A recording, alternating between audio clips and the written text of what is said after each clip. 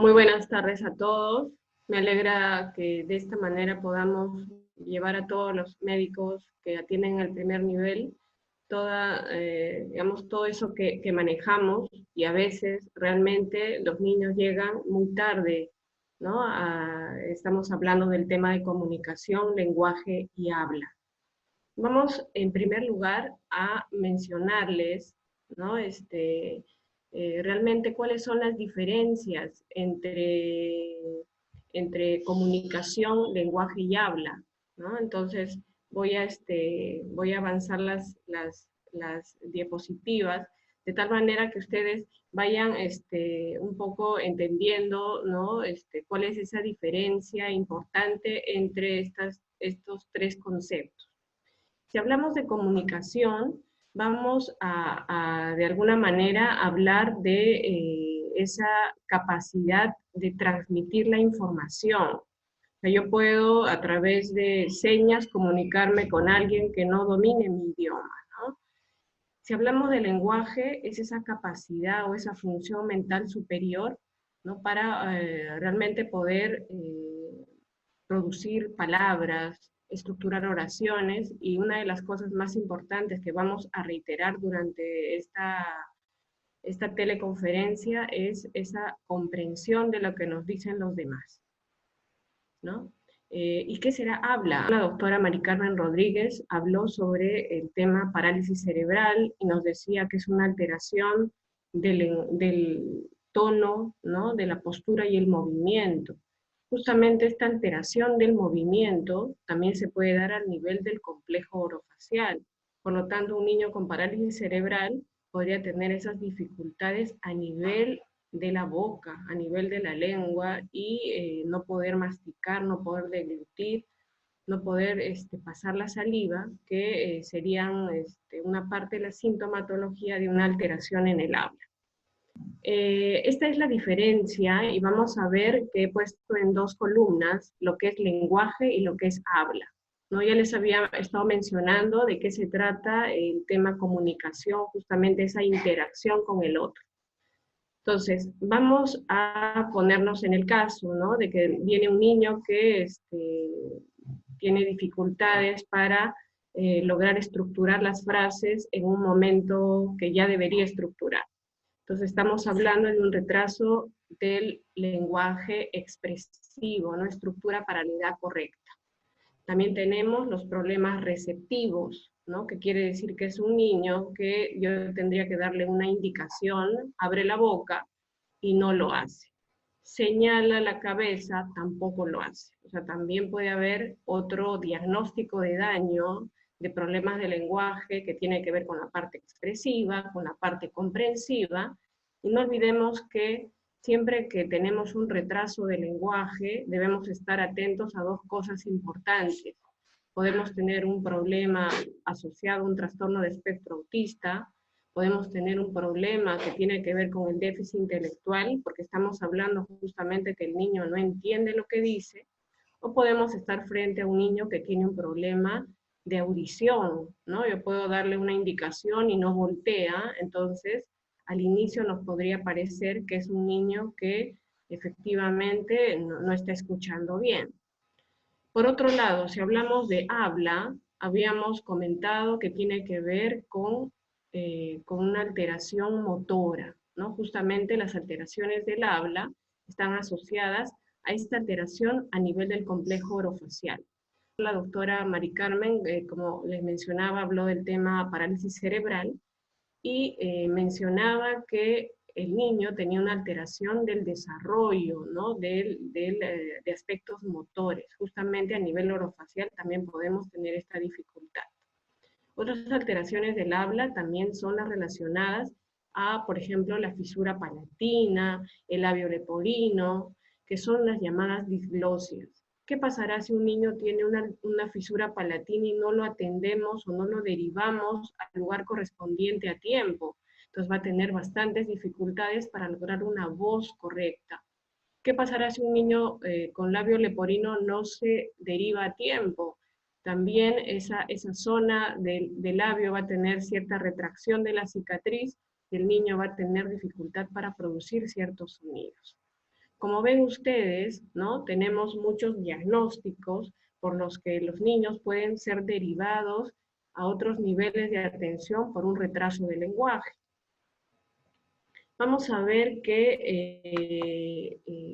cómo sabemos, por ejemplo, si un niño tiene retraso del habla y ustedes están en un primer nivel, ¿no? Habíamos enfatizado ayer también con la doctora Rodríguez el tema del antecedente de riesgo, ¿no? El niño va a tener problemas del tono muscular en general y también tenemos que preguntar a la mamá qué tal está succionando, cómo mastica, deglute, cómo está su control salival, sumado a un retraso del desarrollo psicomotor, podríamos tener dificultades justamente a nivel del complejo orofacial relacionados a una alteración del habla.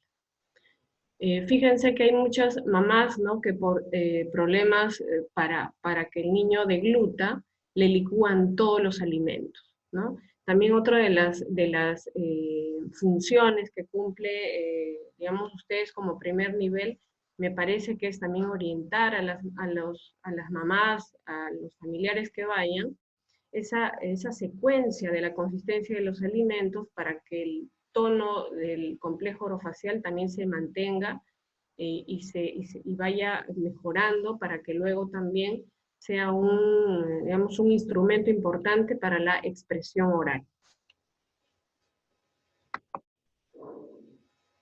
Hay otras preguntas que son muy importantes, ¿no? Porque justamente estamos en un momento de prevención, ¿no? Decíamos, ¿cuándo debemos intervenir en temas de comunicación, lenguaje y habla? ¿No? ¿En quiénes debemos intervenir? Y estábamos hablando, ¿cómo sabemos que hay un problema de lenguaje y habla en el niño? Si decimos cuándo intervenir, siempre tenemos esta dificultad en el hospital, porque, como vamos a ver en un video más adelante, los padres de familia se quejan porque les decimos que no se preocupe, señora, este es un tema de engreimiento de su niño, seguramente ya va a hablar, ¿no? Déjelo así, a partir de los 2, 3 años ya vamos a ver si lo derivamos a algún lugar. Y no tenemos en cuenta ni los factores de riesgo, y muchas veces, ¿no?, en los controles con el pediatra, digamos, no es una estructura más o menos de la consulta, tal vez podemos luego en las preguntas ampliar. Vemos el perímetro cefálico, peso, talla, vacunas, y no nos y algunos aspectos también del desarrollo psicomotor, ya se sienta, ya gatea, ya se está parando, pero nos olvidamos de preguntar a la mamá o nosotros mismos, como médicos, darnos un tiempito para ver si el niño ya está mirando, si está balbuceando, si tal vez voltea cuando lo llamamos, ¿no? Son ciertos aspectos importantes que debemos tener en cuenta. ¿Cuándo intervenir? Vamos a ver más adelante qué es lo antes posible. Las tablas de desarrollo del lenguaje se van insertando a partir de los 2 meses de edad. ¿Y en quiénes? Bueno, sobre todo en los niños que tienen factores de riesgo. Vamos a ver que la prematuridad está muy asociada a retrasos de lenguaje y también a problemas de audición que tienen que detectarse lo antes posible. Decíamos, ¿en quiénes tengo que intervenir? En bebés con factores de riesgo, los prematuros desde los primeros meses. Tenemos en las áreas de rehabilitación todo lo que corresponde a intervención temprana. Y por otro lado, si tenemos familias a las que atendemos, tenemos que, por ejemplo, si tengo el hermanito que no tenía retraso para el lenguaje, o tiene autismo, ¿no?, o tiene un déficit intelectual, estar atentos con los hermanos de estos niños, ¿no? Y con tiempo derivarlos y aconsejar a los papás, ¿no?, que de un diagnóstico rápido va a depender también que luego este niño con un retraso de lenguaje no tenga dificultades a nivel escolar. Entonces, la parte genética ¿no? Que está muy asociada a los retrasos del lenguaje, sumado también a un tema de factores de riesgo, y yo diría también sumado a un tema de hábitos y el ambiente, puede condicionar un retraso del lenguaje. ¿Qué estamos haciendo ahorita muchos de nosotros tal vez en nuestras casas, ¿no? Ahora que estamos o confinados acá, tenemos niños en casa, ¿no? Y deberíamos darnos un tiempo para conversar con ellos, para jugar con ellos, ¿no? Y de alguna manera que no estén tan expuestos tal vez solamente a jugar solos o a las tablets, a los celulares, o tele, ¿no? Que de alguna manera retrasan, ¿no? Y no suman en aspectos de desarrollo del lenguaje. ¿En quiénes? Hemos dicho, niños con problemas o factores de riesgo y con antecedentes familiares. ¿Cuándo deberíamos hablar de lo antes posible? Les vuelvo a recalcar que muchas veces estamos muy atentos al perímetro cefálico, peso y talla, que son importantes, pero también debemos darnos un tiempo para evaluar ciertos aspectos básicos cognitivos en los niños desde temprana edad, sobre todo antes del año. Hablando con una colega que trabaja en un sector también de privado, nos decía que, por ejemplo, tiene la dificultad de que si ella quiere derivar a un niño con retraso de lenguaje, le dicen, si tiene menos de 3 años, no amerita. Entonces, prácticamente devuelven las referencias porque no tenemos digamos, ese conocimiento, ¿no? De que cuanto antes podamos intervenir y orientar a un niño con retraso de lenguaje, va a tener a futuro menores dificultades. Hablábamos del CONAI-INR, ¿no? En el tema de desarrollo psicomotor. Fíjense que este CONAI-INR también tiene ciertos signos que debemos debemos también insertar en nuestras evaluaciones. En el niño de 1 mes, ¿no? Llora por una causa, hambre, frío, sueño, no es irritable. Tenemos muchos niños que actualmente diagnosticados con trastorno de espectro autista, la mamá decía, desde que nació hay dificultades, no se calma con nada, ¿no? Y por ejemplo, al niño ya de 2 meses, al bebé de 2 meses, sonríe ante cualquier rostro, ¿no? Cambia la expresión facial. Esa interacción a través de la sonrisa es sumamente importante, ¿no? Porque nos da una idea de cuál es el desarrollo prácticamente social y cognitivo de ese bebé. Un signo de alarma hacia los 2, 3 meses de edad es la ausencia de sonrisa social. Otra de las cosas también que debemos estar atentos entre los 5 y 7 meses es el reconocimiento del nombre, ¿no? Pedrito, Pepito, ¿no? Y ese bebé debe voltear. Entonces estamos hablando de que el niño ya se está reconociendo como Pepito. Entonces es importante también, otro aspecto es el señalamiento. ¿Dónde está mamá? ¿Dónde está papá? Y es un bebé que no habla todavía nada. Estamos hablando de aspectos que tienen que ver con la interacción, con la comprensión de lo que les estoy diciendo, ¿no? Con mucha pena a veces tenemos muchos pacientes que los papás nos dicen, no sabe partes del cuerpo porque nunca le enseñé. Señora, a ver qué animales conoce su niño, vamos a evaluarlo. Y no le he enseñado. Entonces, ¿cómo juega con su niño en casa? No, yo estoy muy ocupado haciendo todas las cosas en casa y él que juegue con sus juguetitos, yo le estoy viendo, ¿no? Estamos prácticamente teniendo a niños que no tienen una interacción con la familia, con sus papás, ¿no? Bueno, y acá en Lima tenemos muchos niños que se quedan, ¿no? Al cuidado de los abuelos, ¿no? Al cuidado de ciertas personas que también apoyan en casa, ¿no? Que si no tienen la orientación suficiente, también lo único que van a hacer es alimentar al niño, ver que no le pase nada, pero no hay ningún estímulo. Y no olvidemos que una de las teorías para el desarrollo del lenguaje es justamente eso, esa, la interacción. ya es un signo de alarma, decíamos, que a los 3 meses no haya contacto visual. Entonces, ¿qué haré si yo tengo un niño que yo lo llevo porque tiene su vacuna de los 3, 4 meses y veo que no está mirándome? Entonces ya será un signo de alarma y la sugerencia es en el primer nivel ya decir, ¿sabe qué, señora? Vamos a hacer algo, ¿no? Y vamos a también hablar en esta semana sobre el tema auditivo. Yo les diría que acá en Lima hay pacientes que hacia los 5 o 6 meses de edad ya están usando audífonos, porque se les detectó a tiempo el problema de auditivo.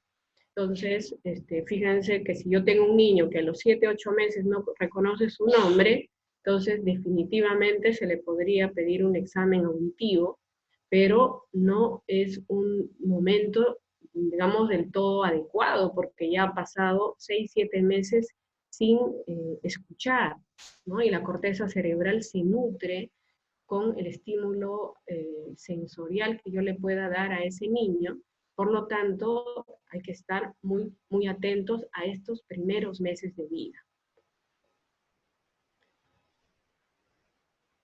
Otra de las cosas es que también necesitamos el apoyo de ustedes en el primer nivel de atención. ¿Qué pasa con esos papás donde uno ya los diagnostica con un problema de lenguaje y lo único que les interesa es que hable el niño, ¿no? Imagínense un niño con trastorno de espectro autista. El niño está muy aislado, no señala, llora todo el tiempo, está en una esquina sin relacionarse con nadie, y el papá, y uno lo llama, no obedece indicaciones, no hay interacción, no hay contacto visual, y les explicamos a los papás, ¿sabe qué? Lo importante es que el niño logre transmitir lo que necesita. Lo primero que vamos a hacer como intervención es enfocarnos en el tema comunicativo, claro, asociado también a aspectos expresivos y sobre todo aspectos comprensivos. Otra de las cosas, hemos hablado un poco de niños con trastorno de espectro autista, y otra de las cosas es hablar de los niños que tienen ciertas dificultades también a nivel de comprensión puramente, no lo que decíamos, ¿no? Podemos también hacer un diagnóstico diferencial con el déficit intelectual. Y lo primero que hay que rescatar en un niño es eso, que entienda más, ¿no? ¿De qué nos sirve esos niños autistas, ¿no? Que hemos visto muchas veces en las noticias o tal vez ustedes en vivo y en directo, que tiene listas de palabras sin una función, ¿no? Entonces hay que estar muy atentos a este aspecto también, ¿no? En primer lugar, que se comunique, y en segundo lugar, que entienda más, y dejar en el proceso también en paralelo las metas que tienen que ver con la expresión. Entonces, ¿qué nos debe interesar cuando evaluamos el lenguaje? El contenido. Si estamos en la consulta, y yo sé que tienen poco tiempo para la consulta, decirle, a ver, darle unas cuantas indicaciones, abre la boca, tócate la cabeza, ¿no? Y ver si el niño efectivamente no es a limitación, ¿no? Decirle, abre la boca, no, sino a ver que él escuche y obedezca la indicación. A ver, vas a botar este papelito allá, ¿no? En el basurero, o vas a hacer una tarea que nos permita a nosotros ver si el niño está comprendiendo, si hay un contenido de información que el niño está introduciendo y tiene sus conceptos básicos. A veces nos interesa más la forma, ¿no? Cómo pronuncia, qué tal está su estructura, y no nos damos cuenta cuánto entiende. Por eso había puesto una estrellita acá, ¿no? Fijémonos mucho en este tema de comprensión. Otra de las cosas importantes que también debemos tener en cuenta es el uso del lenguaje, ¿no? Hay niños que no saben cambiar, digamos, un poco el contexto, no se dirigen a quien deberían dirigirse de una manera más correcta. No es lo mismo estar en casa que hablar con la profesora, no es lo mismo hablar con los amigos, ¿no? Entonces, ese aspecto de uso del lenguaje también es importante, pero yo le pondría esa estrella grande al contenido de lo que digo. Les decía, ¿no? Por ejemplo, los niños con trastorno autista dicen varias palabras, ¿no? Hay papás que llegan a la consulta y dicen, yo estoy sorprendido, mi niño conoce todos los países, sus capitales, conoce el alfabeto completo, los colores, hasta los colores mucho más, digamos, un poco desconocidos, ¿no? Enumera un montón de cosas, graba canciones, ¿no? Pero realmente cuando se le pregunta a ese niño, ¿y qué has hecho en tus vacaciones? No sabe transmitir esa información. Y decíamos, eso es intelectual, ¿no? Si tenemos un niño que, por ejemplo, tiene hambre y no sabe decir, mamá, dame por favor mi leche, y solamente dice leche, entonces ya me está dando información lo que dice. O sea, esa palabra leche está teniendo una función que significa tengo hambre. Entonces, esta palabra sí tiene un sentido y no como el alfabeto, como los colores y otras palabras que yo sé, para muchos papás es importante, pero hay que un poco centrarlos en que lo que se le va a dar en la terapia o lo que tenemos que insistir es que el niño tenga un lenguaje funcional. ¿Qué significa funcional? Que le sirva para lo que necesita. ¿Qué deseas? Ven a este niño señalando. ¿Qué necesito? Necesito ese juguete.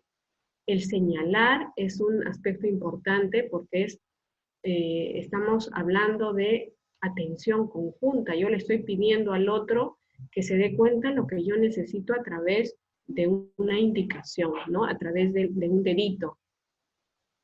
Entonces, debemos siempre ponernos en este aspecto. Este niño se comunica o no se comunica.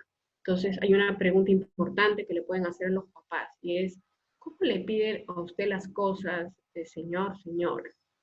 Se lanza al piso y no saben ustedes qué quiere.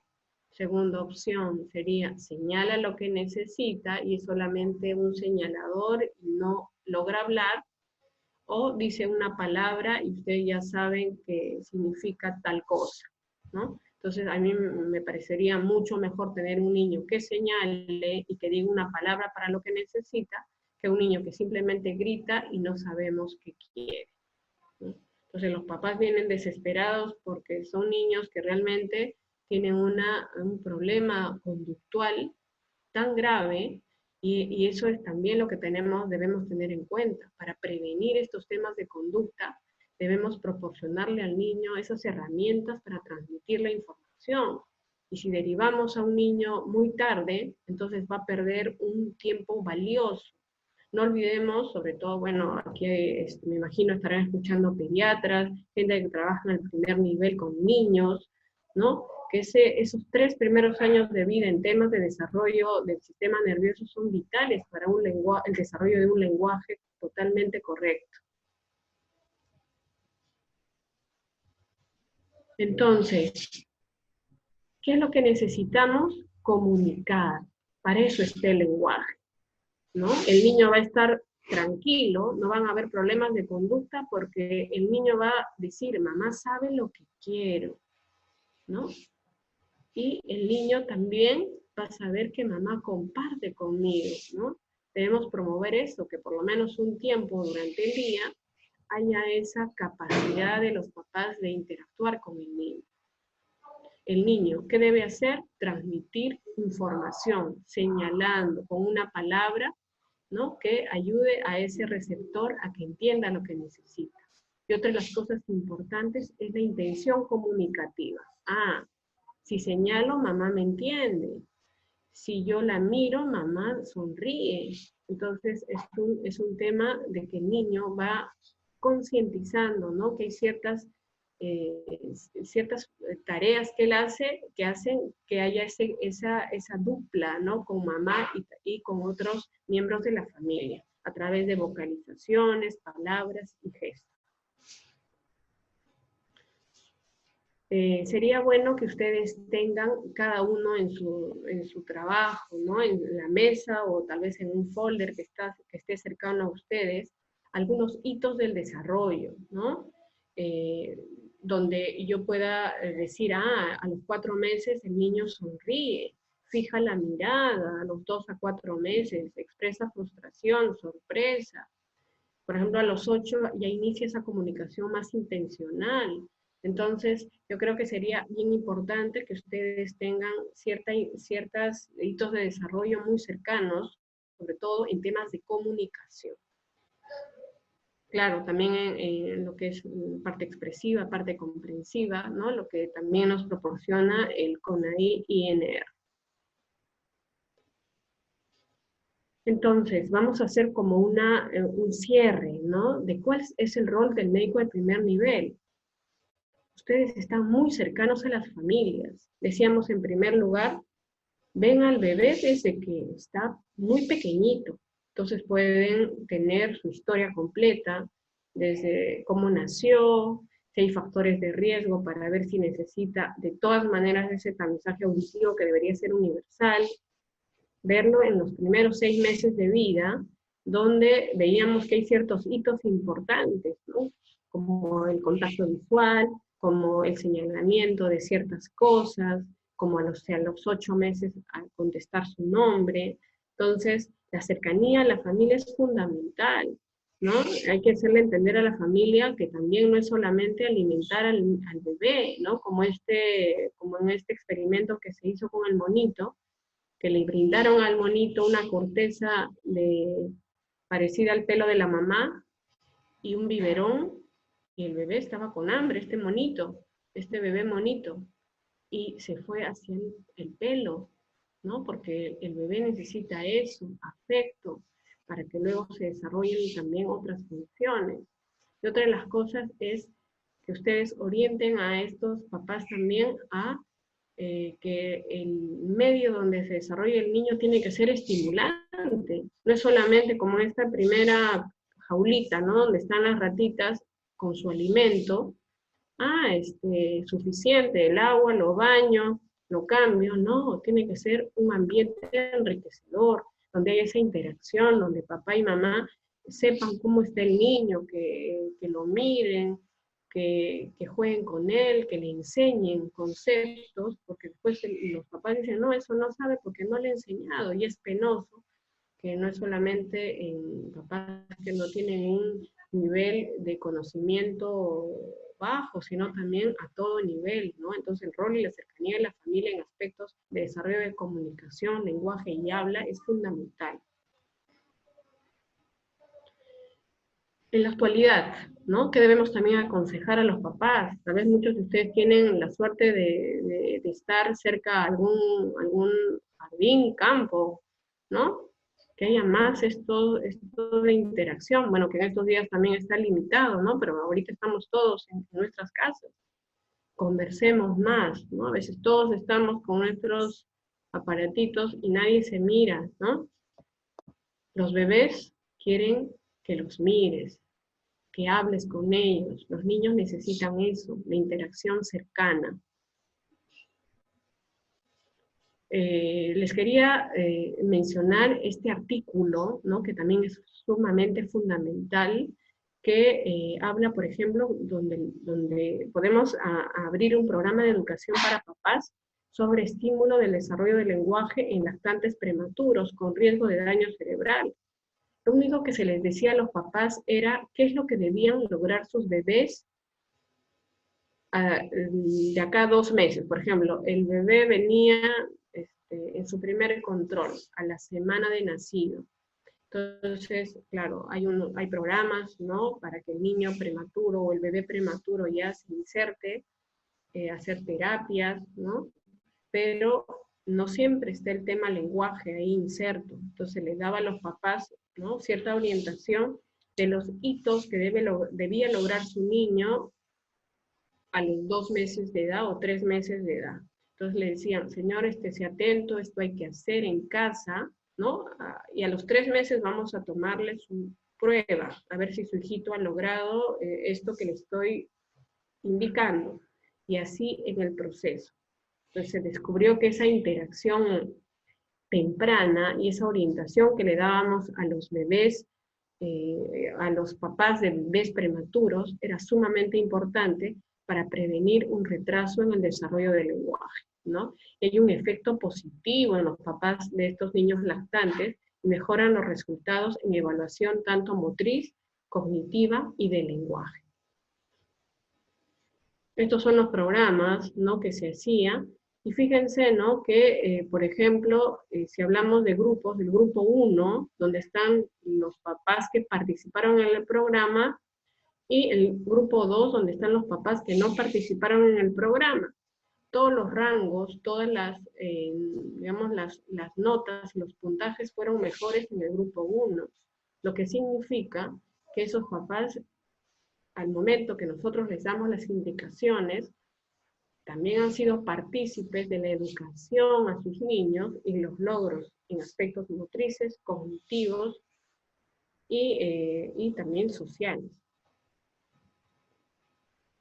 ¿Y en base a qué se le da la orientación? No olvidemos que tenemos una formación de sinapsis dependiente de la experiencia. O sea, ese cerebro no solamente se nutre de alimentos, ¿no?, sino también en base a la experiencia hay una mayor generación de sinapsis. Si se detecta a tiempo, se puede modelar el lenguaje. La mamá notó la preocupación a los 15 días. Se dio cuenta de que uno de los ojos no tenía el mismo color y luego ya hacia los 5 meses regresó y no se percataron, ¿no?, de cómo estaba, digamos, había producción de algunos sonidos, cómo estaba el tema también de si escuchaban, digamos, algunos sonidos también. Entonces, al final, una de ellas es una niña sorda, y la otra, decíamos, una sordera unilateral. Es un síndrome que es muy frecuente en nuestro país, es el síndrome de Waardenburg, con W, Waardenburg. Casi al año recién descubrió la mamá que no escuchaban, y mientras se hicieron las derivaciones hacia Lima, llegaron a una edad en la que la niña que no escucha ya no es candidata a implante coclear. Entonces, fíjense todo el tiempo que se perdió, y todavía son niños que nos dan una característica física, ¿no?, que nos dicen, mírame, que por favor derívame a tiempo. Entonces, debemos estar atentos, ¿no?, a este tema, tanto de recepción de información, producción de información, contacto visual, temas de comunicación, ¿no?, que son sumamente importantes en el desarrollo del lenguaje. Estamos casi llegando al final, ¿no?, de esta teleconferencia. Les quería dejar algunas ideas finales, ¿no? Cambiemos la idea de que el lenguaje es solo decir palabras. No olvidemos que siempre, cuando hablamos del lenguaje, también estamos hablando del aspecto no solo expresivo, sino también receptivo. Cuánto entiende el niño, cuánto obedece indicaciones, ¿no?, que eso también es un tema importante que debemos tener en cuenta. No olvidemos de evaluar la comunicación y la intención comunicativa, preguntando a los papás cómo pide las cosas el niño, señala el niño antes del año, que también son aspectos importantes que nos pueden ayudar también a hacer un descarte de un problema o un trastorno espectro autista en un momento precoz. No olvidemos hacer ese seguimiento a los bebés prematuros y no prematuros, ¿no?, desde los primeros meses. Decíamos lo importante que es darles a los papás orientaciones sobre los hitos a seguir para que ellos también sean partícipes, ¿no?, del avance de sus niños en aspectos cognitivos. Hay que enfatizar en los niños con familiares con retraso de lenguaje, ¿no? Ustedes que seguramente están muy cercanos a familias que van constantemente a los centros de salud, estar atentos. Si hay un niño con retraso de lenguaje, siempre preguntar a la mamá, ¿y el niño que acaba de nacer, cómo nació? Tráigalo a un control, vamos a observarlo también. No es solamente traer a un niño cuando ya tiene un problema, ¿no? Acordémonos que es intervenir antes de que ocurra, ¿no? Uno de los aspectos importantes de estas teleconferencias. El trabajo con la familia es fundamental. En muchos casos también, si es que está la nana, los abuelitos, invitarlos, ¿no?, a venir en una de los controles para también explicarles, porque los papás les dicen, mamá, déjalo que señale, no le des todo, y los abuelitos, bueno, como no hay un trabajo en equipo, también hay un tema de autoridad que no nos ayuda mucho, ¿no? El tiempo es oro para el lenguaje, teniendo en cuenta el desarrollo del sistema nervioso y también que son niños que hacia los 5 o 6 años deben tener un lenguaje totalmente correcto para que no tengan problemas de aprendizaje. Derivemos a tiempo y olvidemos la frase ya hablará, ¿no?, que se queda, por ejemplo, en esta señora de Jaén, que al final la niña, pudiendo tener su implante coclear, no lo ha obtenido, ¿no? Simplemente el Instituto de Salud del Niño le dijo, ya es demasiado tarde, ya esa corteza cerebral auditiva no percibe nada, así que le ponemos el implante y la niña va a quedar igual sin hablar. Si hablemos de habla, no olvidemos que es un aspecto motor, también estemos atentos. Ahí hemos terminado. Muchas gracias.